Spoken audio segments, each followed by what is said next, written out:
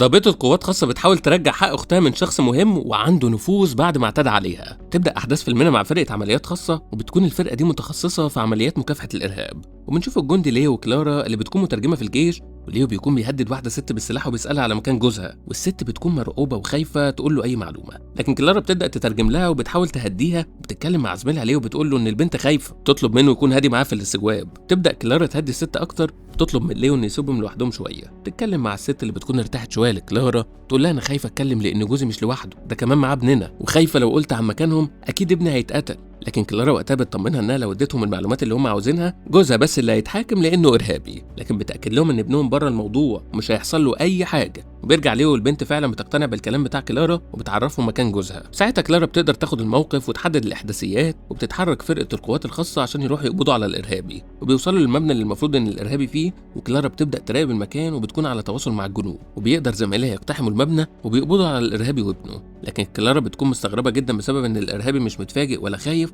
وبتحس ان في حاجه غلط وكأن كل ده مترتب له او في كمين. وعشان تطمن اكتر بتروح للمبنى بنفسها، لكنها بتلاقي كل حاجه عاديه، وفجاه بيبدا يتضرب نار على الجنوب من اشخاص بيساعدوا الارهابي، والاشخاص دول بيكونوا متمركزين في اماكن محدش يقدر يشوفهم فيها، لكن القوات الخاصه بتقدر تطفيهم وتخلص المشكله. بعدها بياخدوا الطفل عشان يفتشوه، وبعد كده يخلوه يمشي لانه كده كده مش هيتقبض عليه. كلارا بتكون بعيده شويه عن المكان اللي الولد بيتفتش فيه في جزء من الثانيه. بتبص كلارا وبتعرف ان الجندي اللي كان بيفتش الطفل اكتشف ان الولد كان لابس حزام ناسف، وبينفجر الحزام الناسف وبيموت اغلب زمايلها اللي كانوا قريبين من المكان. وكلارا نفسها بتتاثر بالانفجار لكنها مش بتموت، بس قوه دفع الانفجار بتحدفها لبعيد. بنلاحظ ان الموضوع ده ساب اثر نفسي سيء في كلارا، وبقت حاسه انها مش عارفه تصحى من الغلط، لانها بقت شايفه ان تعاطفها مع الطفل الصغير ده ضيع زمايلها. في نفس الوقت لو كانت قتلته فهي كده ضد مبادئها وضد الإنسانية. وبنعرف إن الجيش في الوقت ده بينفذ عملية اسمها الحارس، والعملية دي بتكون بدأت في يوم 12 يناير سنة 2015، وتفاصيلها إن الجيش بيكون مسؤول فيها عن حراسة مناطق معينة ومباني حكومية، وكمان في بيوت شخصيات مهمة. بتكون العملية منتشرة في أغلب المدن. بتروح كلارا اللي بتكون اتعافت من الإصابة اللي حصلت لها في الانفجار، وبتكون راكبة الطيارة وراجعة بلدها، وبتوصل وبتقابل أختها تانية، وأختها بتكون فرحانة جدا برجوعها. بيبدأوا يتكلموا مع بعض، وبتسألها تانية لو هي ترجع الجيش تاني. وساعتها كلارا بتأكد لها انها ترجع، بس التكليف المره دي مختلف. بتقول لها انها مش هتكون في القوات الخاصه لان الجيش دخلها في عمليه الحارس، وبنفهم ان الجيش بيحاول يبعد اي حد اتاثر نفسيا في العمليات بتاعه مكافحه الارهاب، وبيدوا لهم مهام اسهل شويه عشان يقدروا يتعافوا نفسيا ويبعدوا عن الضغط فتره. وساعتها تانية بتسالها لو ده خبر كويس ولا وحش بالنسبه لها، لكن كلارا بتاكد لها انها متضايقه جدا عشان اتنقلت في عمليه الحارس. بتقول لها انها متعلمه 4 لغات، وكمان واخده فرق كتير في مكافحه الارهاب، وكان نفسها تفضل مكمله مع القوات الخاصه. وبعدها بنشوف كلارا بتقابل امها ماريا اللي بتستقبلها بفرحه كبيره، وبنلاحظ ان كلارا متأثرة بالانفجار اللي حصل قريب منها في عملية مكافحة الإرهاب، وبدأ يجي لها أعراض صداع نصفي مزمن. ساعتها بتروح للدكتور اللي بيكتب لها مهدئات، لكن بيحذرها ان المهدئات اللي هو كاتبها فيها نسبة مخدر، ولو ما التزمتش بالجرعة المحددة اكيد هتدمن. تخلص الاجازة بتاعت كلارا وبتروح عشان تستلم شغلها الجديد في عملية الحارس، وبتقابل الضابط الجديد إيريك اللي هيكون قائدها في العملية. تستلم كلارا اسلحة وبتبدأ الشغل مع زمايلها. تتضايق جدا لما بتعرف ان مهمتها انها ترشد السياح وتأمن المنطقة دي، ودي حاجة نرفزتها جدا، لدرجة انها لما شافت واحد بيضرب مراته راحت ضربته، وكمان كانت هتغرقه، لكن زمايلها لحقوها وانقذوا الراجل منها في اخر لحظة. وبدأت كلارا تحس انها مضطربه نفسيا بسبب اللي حصل في المهمه القديمه، وكمان بسبب مللها من شغلها الجديد.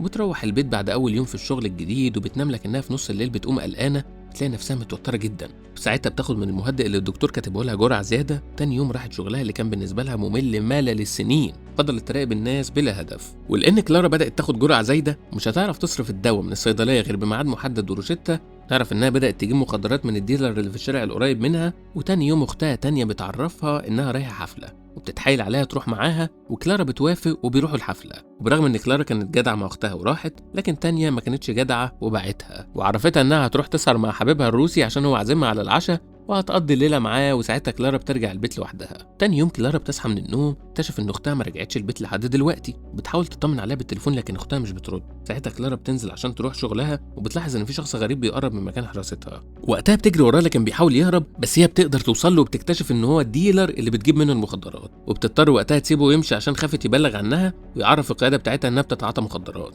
وبعدها بيجي لها اتصال من المستشفى، بتعرف ان اختها موجوده في المستشفى، وبتروح بسرعه وبتشوف اختها فاقده الوعي، والدكاتره بيفهموها ان اختها اتعرضت للضرب بعنف شديد، وده اثر على دماغها ومخها ووصلها للحاله اللي اللي هي فيها دي، وبتقول لها انها هتكون الضابط المسؤول عن القضيه، وبتعرفها ان في واحد من المدنيين لقى اختها مرميه قدام الشاطئ النهارده الصبح ونقلها للمستشفى. وبعدها كلارا بتروح مكان الحفل اللي كانت اختها سهرانه فيه، بتدخل للمدير وبتطلب منه يوريها تسجيلات الكاميرات، وبتشوف كلارا الشخص اللي اختها مشيت معاه من الحفله، بتعرف ان هو ده حبيبها الروسي، واكيد هو اللي عمل كده في اختها لانه كان معاها.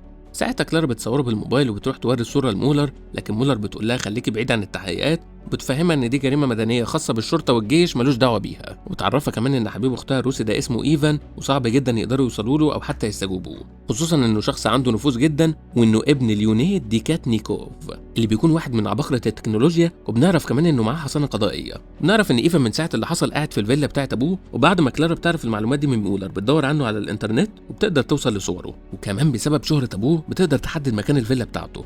وبالصدفه تاني يوم بتكون مهمه كلارا تامين مكان قريب من الفيلا بتاعت ديكاتنيكوف. تقدر كلارا تستخدم مهاراتها القديمه اللي كانت موجوده في القوات الخاصه، تعرف تدخل الفيلا من غير ما الحراس يشوفوها. ساعتها بتشوف ايفان وبتمسكه بتضربه، كانت هتقتله لكن زميلها لحقها في اخر لحظه وقدر يمنعها. بعدها الضابط إيريك بيستدعيها وبيقول لها انه بقى متضايق منها جدا بسبب تصرفاتها الغريبه، وكمان بلغها بان اخر عينه مخدرات ليها كانت ايجابيه ولازم تغير من نفسها للافضل والا هتتفصل من شغلها وهتتحاكم وهتتسجن. بتروح مكان الحفله اللي عارفه ان ايفان بيسهر فيها وبتستناه لحد ما بيكون لوحده في الحمام. ساعتها بتدخل وبتهدده وبتساله لو هو اللي عمل كده في اختها، لكن قبل ما يجاوب ايفان حراسه بيسمعوا صوت الضرب وبييجوا وبتحصل خناقه بينهم وبين كلارا. وبعد ما بيحصل بينهم اكشن كتير، الحراس بتوع الكازينو بيسمعوا صوت الضرب وبييجوا يمسكوا كلارا وبيخرجوها من المكان.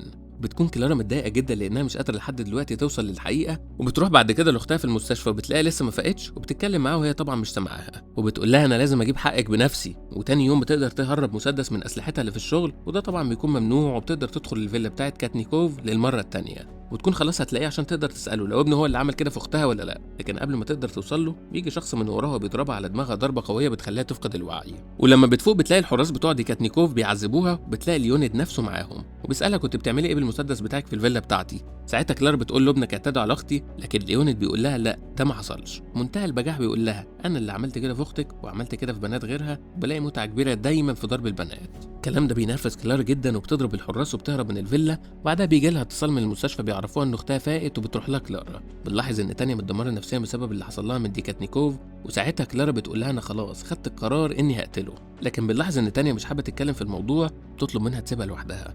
بتخرج وقتها كلارا من اوضتها، لكن وهي خارجه بتلمح ممرضه اول مره تشوفها في المستشفى، وبتلاقي الممرضه داخله اوضه اختها، بتدخل وبعدها بتخرج بسرعه. ساعتها كلارا بتشك ان في حاجه غلط وبتدخل اوضه اختها، وفعلا بتلاقي اختها بتموت. تستنتج ان دي مش ممرضه ولا حاجه، وان دي اكيد واحده تبع ديكاتنيكوف وجايه عشان تموت اختها والقضيه تتقفل. ساعتها كلارا بتنادي الدكتور بسرعه اللي بيقدر ينقذ ثانيه، تجري كلارا ورا البنت وبتلحقها وبتفضل تضربها، وبتقدر في النهايه انها تقتلها بعد ما اتاكدت انها تبع ديكاتنيكوف.